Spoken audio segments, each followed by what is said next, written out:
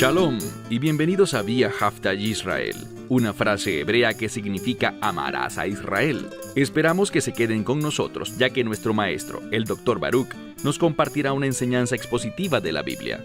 El Dr. Baruch es profesor titular del Instituto Zera Abraham, con sede en Israel. Aunque todos los cursos en el instituto se imparten en hebreo, el Dr. Baruch se complace en compartir esta enseñanza en inglés con doblaje al español.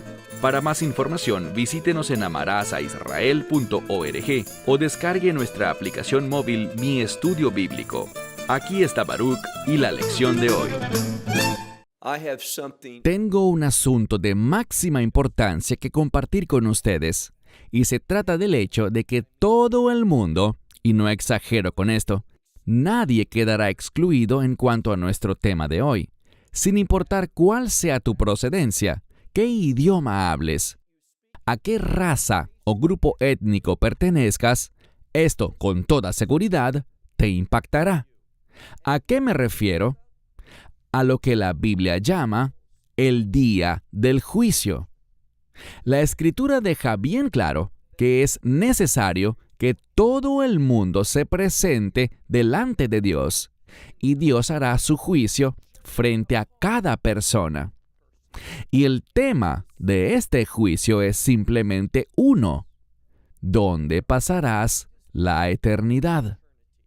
¿Qué tipo de eternidad experimentarás? Y el veredicto posible en este juicio es uno de dos: o bien pasarás la eternidad en el reino de Dios, con la presencia de Dios contigo todo el tiempo, y las bendiciones de Dios siendo receptor de sus promesas, o si rechazas ese evangelio, si le dices que no a lo que el Mesías Yeshua, Jesucristo, hizo por ti en la cruz, entonces pasarás la eternidad en tinieblas, donde habrá llanto, donde habrá tormento, y eso jamás cambiará.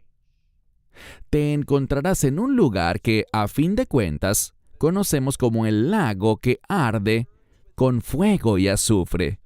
Es un lugar lleno de miedo, angustia y dolor, por siempre y para siempre.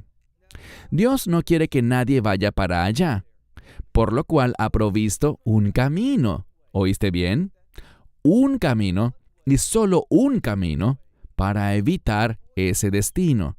Y si cualquier persona busca sinceramente a Dios, la palabra de Dios promete que Dios le dará a conocer a esta persona su plan de salvación, esta manera para ser reconciliado con Dios por la eternidad.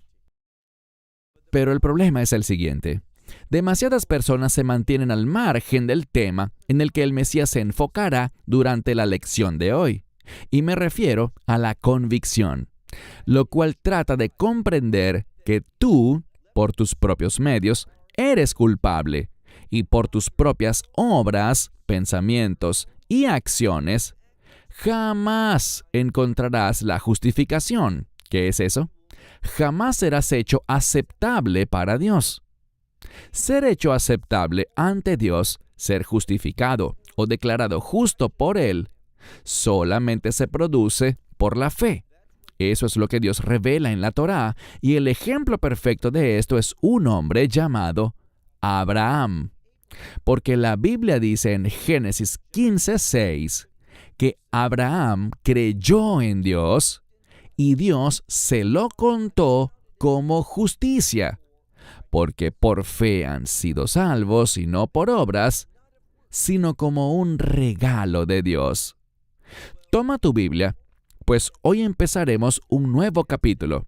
Estamos estudiando Lucas y nuestro nuevo capítulo es el capítulo 12. Así que si puedes, toma tu Biblia y ve allí conmigo, y sigue la lectura mientras estudiamos juntos la palabra de Dios. El Mesías venía hablando de un par de cosas en la última lección, y ahora nos hablará de lo que debería ser la prioridad en nuestra vida. Ve conmigo al Evangelio de Lucas, capítulo 12, verso 1. Dice: En estos Y la implicación es, en estos tiempos, una miríada de personas, la palabra miríada es una palabra ya en desuso que se refiere a una gran cantidad, decenas de millares. Por tanto, vemos aquí a esta multitud impresionantemente grande que se había congregado. Y dice aquí que se reunió de tal forma que se atropellaban unos a otros. Y era por causa de Yeshua, de nuestro Señor y Salvador, el Mesías. Su presencia allí atrajo a toda esa gente. Recuerden lo que hablamos la semana pasada. Leímos de una vez en la que él expresó palabras muy duras en cuanto a los líderes religiosos, y no les quepa duda que a ninguno de ellos les gustó lo que dijo el Mesías. Pero ahora vemos a una multitud grande, numerosa, que viene a él, y leemos aquí que él empezó a hacer algo. Leemos que él empezó a hablarle a sus discípulos. Y noten la siguiente palabra. Es simplemente la palabra primero. ¿Qué significa eso para nosotros en este contexto? Él nos está enseñando sobre lo que debería ser nuestra prioridad. Todos nosotros vivimos la vida organizando todo de acuerdo a un orden de preferencias. Y lo importante de este pasaje es lo siguiente. El Mesías nos está enseñando sobre lo que debería ser la prioridad en nuestros pensamientos, lo que debemos poner de primero en nuestra mente. Y ese pensamiento es, ¿qué me sucederá al morir? ¿Y a quién debo temer? ¿Quién debería causarme preocupación? Leamos. Él empezó a hablar con sus discípulos primero y noten lo que dijo. Tengan ustedes cuidado. Este es un término que literalmente significa aferrarse a algo. Es un término cuya implicación es no hagan cambios. Lo que han aprendido, y la implicación es lo que la palabra de Dios revela, no lo cambien. Aférrense a ello. Comprométanse con estas cosas. Usualmente esta palabra, y no creo que haya una excepción aquí, usualmente esta palabra se utiliza hablando con los discípulos del Mesías, seguidores de Yeshua, y el contexto generalmente tiene que ver con los últimos días. Así que una vez más, al final del verso 1, tengan ustedes cuidado de la levadura de los fariseos. Sabemos que la levadura en la Biblia se relaciona con el pecado y es un elemento que tiende a afectar al lote completo, a la masa entera. Lo que está diciéndoles es, atención, tengan cuidado, porque hay algo muy peligroso, y lo llama aquí la levadura de los fariseos. Y luego les explica de qué se trata, la cual es la hipocresía. No sean hipócritas. No digan, yo creo esto, pero tu vida, tus acciones y palabras no lo refleja. Lo que Él desea de nosotros es que tengamos consistencia espiritual en nuestra vida. Y esa consistencia espiritual debe mostrar un acuerdo entre lo que dices, cómo piensas, lo que haces y las instrucciones de la palabra de Dios. Debe haber un acuerdo entre las palabras de Dios, sus instrucciones y mandamientos, y lo que nosotros hacemos en nuestra vida y cómo priorizamos las cosas. Luego dice, pasando al verso 2, pero nada que esté oculto no habrá de ser revelado. Esto nos dice que en el día del juicio, y el contexto nos demostrará esto en unos minutos, en el día del juicio se producirá una revelación de todo lo que esté escondido. Y existe un sinfín de cosas que todos nosotros, seamos honestos, hay innumerables cosas que hemos dicho y hecho que no queremos que se den a conocer. Pero el día del juicio vendrá y todo, este es el contexto, todo será hecho público. Todo, como dice aquí, será revelado. Por tanto, como no podemos cambiar el pasado, puedes pedir perdón, puedes ponerlo bajo la sangre del Mesías, pero sí podemos hacer un cambio ahora, y es que ya no vivamos de una manera que nos traiga pena y vergüenza. Él nos dice en cuanto al día del juicio, que no hay nada que esté oculto que no será revelado, ni nada que esté encubierto que no haya de darse a conocer. Por tanto, pasemos al verso 3, por tal razón, deberíamos responder de cierta manera, dice, por lo tanto, todo lo que habéis dicho en tinieblas. Esta frase en tinieblas es una expresión que quiere decir en privado, algo que no hacemos en público. Entonces, todo lo que habéis dicho en tinieblas, entendamos que a la luz se oirá, es decir, todos lo sabrán. Y luego dice a mitad del verso 3, y aquello que habéis hablado al oído en los aposentos internos.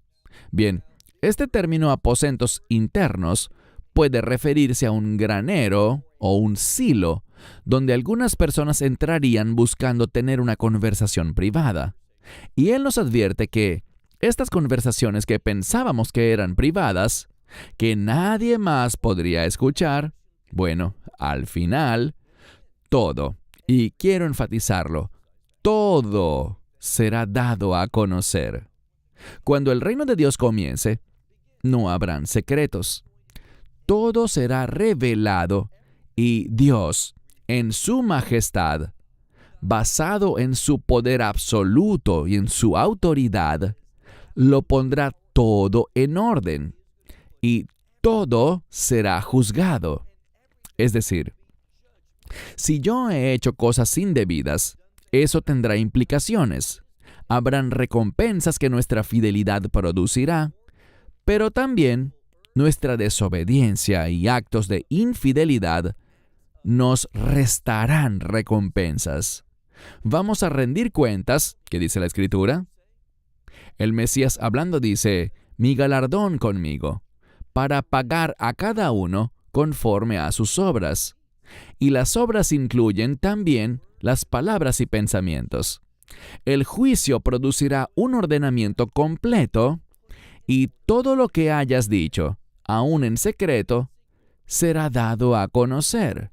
Entonces dice, lo que habéis hablado al oído en los aposentos internos será revelado o proclamado, es una palabra que traduce mejor la idea, será proclamado sobre las azoteas. Todo será dado a conocer. Verso 4.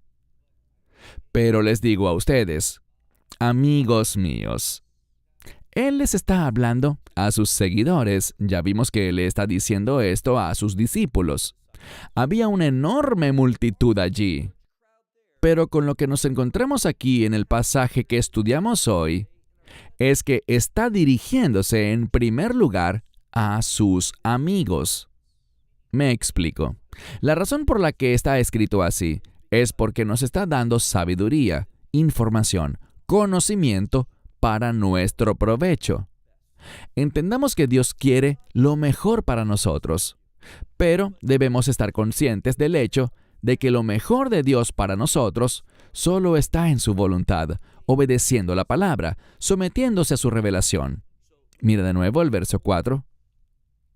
Pero les digo a ustedes, amigos míos, no le tengan miedo a aquel que mata el cuerpo y después de hacerlo, no tiene, y la implicación es que ya no tiene nada más que pueda hacer. Este sujeto puede matar tu cuerpo, ponerle fin a tu vida humana, pero nada más. No hay nada más que esta persona te pueda hacer. Por tanto, dice, y es un mandamiento, no teman a tales personas. Ellos podrán matarte, pero luego no podrán hacerte más nada.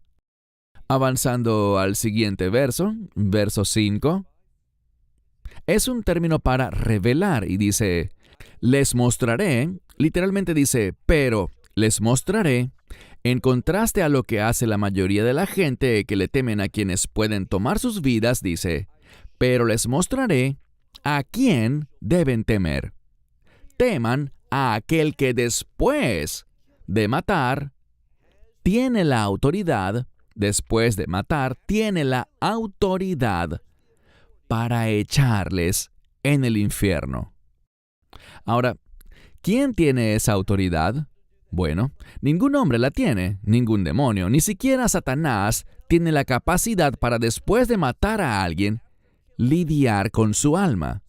El alma es dominio de Dios y nada más de Dios. Y es Dios basado en, oye con cuidado, basado en el Evangelio, es Dios quien determina a dónde va tu alma. Y solo hay dos opciones, como dijimos. O bien tu alma será echada al infierno, ese lugar de tormento, o tu alma será tomada y depositada en el reino. Primero en el reino del cielo, luego en el reino milenial y en última instancia, en su condición final, el eterno reino de Dios, conocido con el nombre de la Nueva Jerusalén. Solamente Dios es capaz de determinar dónde pasará tu alma la eternidad. Y es Él a quien debes temer. ¿Qué significa temer? Que solamente a Él debes dar toda prioridad, a sus palabras, instrucciones, a su revelación para la humanidad. Dice, leamos ahora el verso 6 para tener una perspectiva correcta. Dice, sí, les digo a ustedes, en realidad estamos al final del verso 5. Sí, a ustedes les digo que a y el énfasis está en la palabra que se refiere a Dios. Ustedes a es a quien deben temer. Ahora sí, verso 6. Él hace una pregunta. ¿No se venden 5 gorriones por... y la implicación es 2 monedas. Algunos lo traducen como 2 monedas de cobre. Es decir, los gorriones son muy baratos, no valen casi nada. Los gorriones eran animales que realmente costaban muy poco. Entonces, ¿qué dice sobre estas aves que no valían mucho? O mejor dicho, que no valían casi nada. Dice, con todo, ni uno de ellos está olvidado delante de Dios. Piénsalo, un pájaro sin valor, 5 gorriones que no valen casi nada. Dios no se olvida de ellos, está consciente de su existencia y los cuida. Ni siquiera uno de esos 5 es olvidado por Dios. Verso 7. Pero, con todo, y podríamos decir incluso, los cabellos de vuestras cabezas, todos están contados. Es decir, Dios sabe el número. Él ha contado cada cabello que tienes en tu cabeza. Bien, los científicos dicen que perdemos aproximadamente de 200 a 500 cabellos cada día. Obviamente yo pierdo un poco más que eso, pero lo importante es que, aún a ese nivel de detalle, Dios nos conoce. Nada se escapa del conocimiento de Dios. Leemos aquí.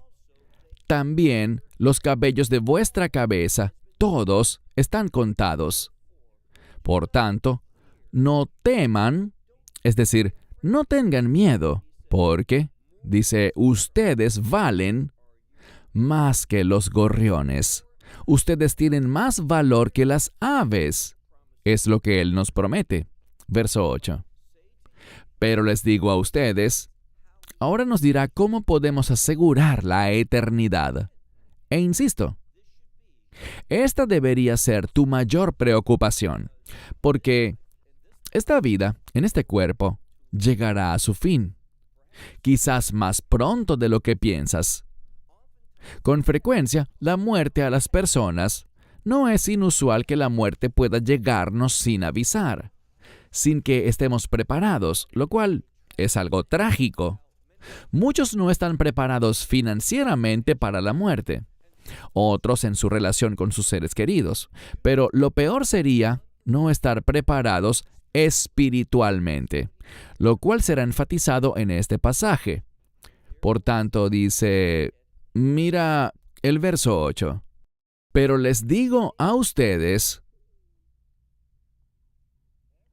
todo aquel que me confesare delante de los hombres, también el Hijo del Hombre lo confesará a él delante de los ángeles de Dios. Esta es una promesa. Si confesamos a Yeshua, a Jesús de Nazaret, y la implicación es confesar que Él es Señor, que Él es Dios, que Él es el Salvador, que ponemos nuestra fe en Él y reconocemos nuestro pecado, aceptando lo que Él hizo sobre la cruz el día de la Pascua, cuando entregó su vida y derramó su sangre para redimirnos eternamente de todo pecado, toda iniquidad y toda transgresión.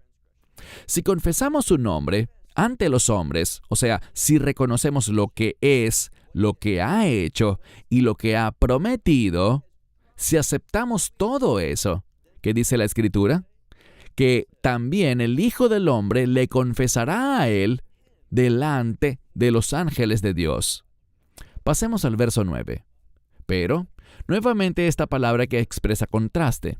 Pero, el que me negare delante de los hombres, será negado delante de los ángeles de Dios. Así de simple. Si tú quieres el perdón de tus pecados, si tú quieres entrar después de la muerte al reino de Dios, solo existe un camino. Debes confesar el nombre de Yeshua, que en español se traduce Jesús. Debes poner tu esperanza en Él, reconociendo lo que hizo por ti, que Él murió en la cruz, derramó su sangre, y creer que no solo murió, sino que Dios el Padre le levantó de entre los muertos. Él triunfó sobre la muerte. ¿Y qué significa eso teológicamente? Que Él conquistó la victoria sobre el pecado. La muerte no pudo retenerlo. La muerte no pudo controlarlo. Él se levantó de entre los muertos, logrando la victoria sobre el pecado. Y es solo por Él, lo diré muy claro, es solo a través de Él, no hay otro camino ni hay otro nombre, solo por Yeshua puedes encontrar el perdón. Y en ese perdón, que viene por la fe en la gracia de Dios, recibirás vida eterna y, escucha bien, nada en lo absoluto podrá cambiar esa realidad. Cuando Dios da vida eterna, no hay nada en la Biblia que implique que Él la quitará de ti, porque Él hace con nosotros un nuevo pacto, que es un pacto eterno, y por lo tanto, Él promete perdonar todos nuestros pecados, olvidar para siempre nuestros pecados y otorgarnos justo eso, vida eterna. Y si es una vida eterna, la que Él nos da, esto no puede cambiar. No puedes tener vida eterna un día y perderla al día siguiente. Es para siempre. Sabemos que Dios nos ha dado esa paz interna, esa seguridad, ese consuelo. Y eso es lo que nos promete aquí. Mira de nuevo, dice: todo aquel que me confiese delante de los hombres, también el Hijo del Hombre, es decir, Él mismo, le confesará delante de los ángeles. Pero el que me negare delante de los hombres, será negado delante de los ángeles de Dios. Verso 10. Y todo, o toda palabra que se dijere, o mejor dicho, todo aquel que pronuncie palabra contra el Hijo del Hombre, le será perdonada. Bien, esto busca probarnos algo, y se trata de la gran importancia del Espíritu Santo. Sabemos que existe Dios Padre, Dios Hijo y Dios Espíritu Santo. Ahora, sabemos que Dios el Padre y Dios el Hijo son muy importantes, pero del mismo modo lo es el Espíritu Santo, el tercer miembro de la Trinidad. ¿Qué nos dice la Escritura? Y es vital que entendamos esto adecuadamente. Mira de nuevo el verso 10, donde dice: y todo el que hable palabra contra el Hijo del Hombre, éste será perdonado. Dice que le será perdonado, pero, es decir, en contraste con eso, contra el Espíritu Santo, el que blasfeme, este no será perdonado. ¿Oíste bien? La pregunta que debemos hacernos es, ¿qué es la blasfemia contra el Espíritu Santo? La blasfemia contra el Espíritu Santo, para algunos es algo imposible de realizar hoy en día. Tiene que ver con que el Mesías haga un milagro, y tú, estando convencido internamente de que es un milagro auténtico, que es una obra de Dios, voluntariamente se lo atribuyes a Satanás, al líder de los demonios. Bueno, ese es un grado extremo de rebeldía, y su objetivo es lo que comentamos la semana pasada: buscar que aquellos que quieran entrar al reino de Dios no logren hacerlo. Se trata de dar falso testimonio específicamente de la obra y la actividad del Espíritu Santo. Dice, pero a aquel que contra el Espíritu Santo blasfeme, no le será perdonado. Verso 11. Pero cuando suceda que les traigan delante de los que están en las sinagogas, y cuando vemos la palabra sinagoga aquí, no se refiere a un lugar judío de adoración. Sinagoga es un término griego que simplemente se refiere a un lugar de reunión. Es verdad que en Israel estos lugares se usaban para la adoración por parte de la comunidad judía, especialmente después de la caída del Imperio griego y el dominio de los romanos. Pero ese término se refiere a un lugar de reunión, es usualmente para asambleas de gobierno.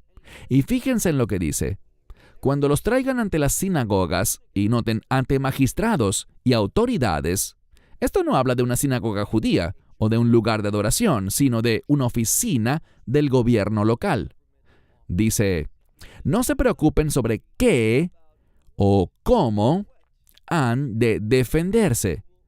No se preocupen por eso, ni de lo que habréis de decir. ¿Por qué? Porque, dice el verso 12, el Espíritu Santo les enseñará en ese mismo momento, me gusta esto, lo que es necesario, lo que es adecuado, lo que deben decir. Y esa es la promesa de Dios, poner en nuestra boca lo que debemos decir. Sé fiel, confía en Dios, no te preocupes por las consecuencias que la fe puede generar, porque el Espíritu Santo nunca te dejará. Él te dirá exactamente lo que debes decir y hacer, de manera sobrenatural. Esperamos que te hayas edificado con el mensaje de hoy y lo compartas con otros. Te invitamos a seguir nuestros estudios cada semana por este canal y por el portal de YouTube de Amarás a Israel. También puedes descargar nuestra aplicación móvil gratuita, Mi Estudio Bíblico. Finalmente, para obtener más información sobre nosotros, visita nuestra web amarasaisrael.org, donde encontrarás otras conferencias de Baruch en audio, video y texto. Hasta el próximo programa. Que el Señor te bendiga en Yeshua HaMashiach, Jesús el Mesías, mientras caminas con Él. Shalom desde Israel.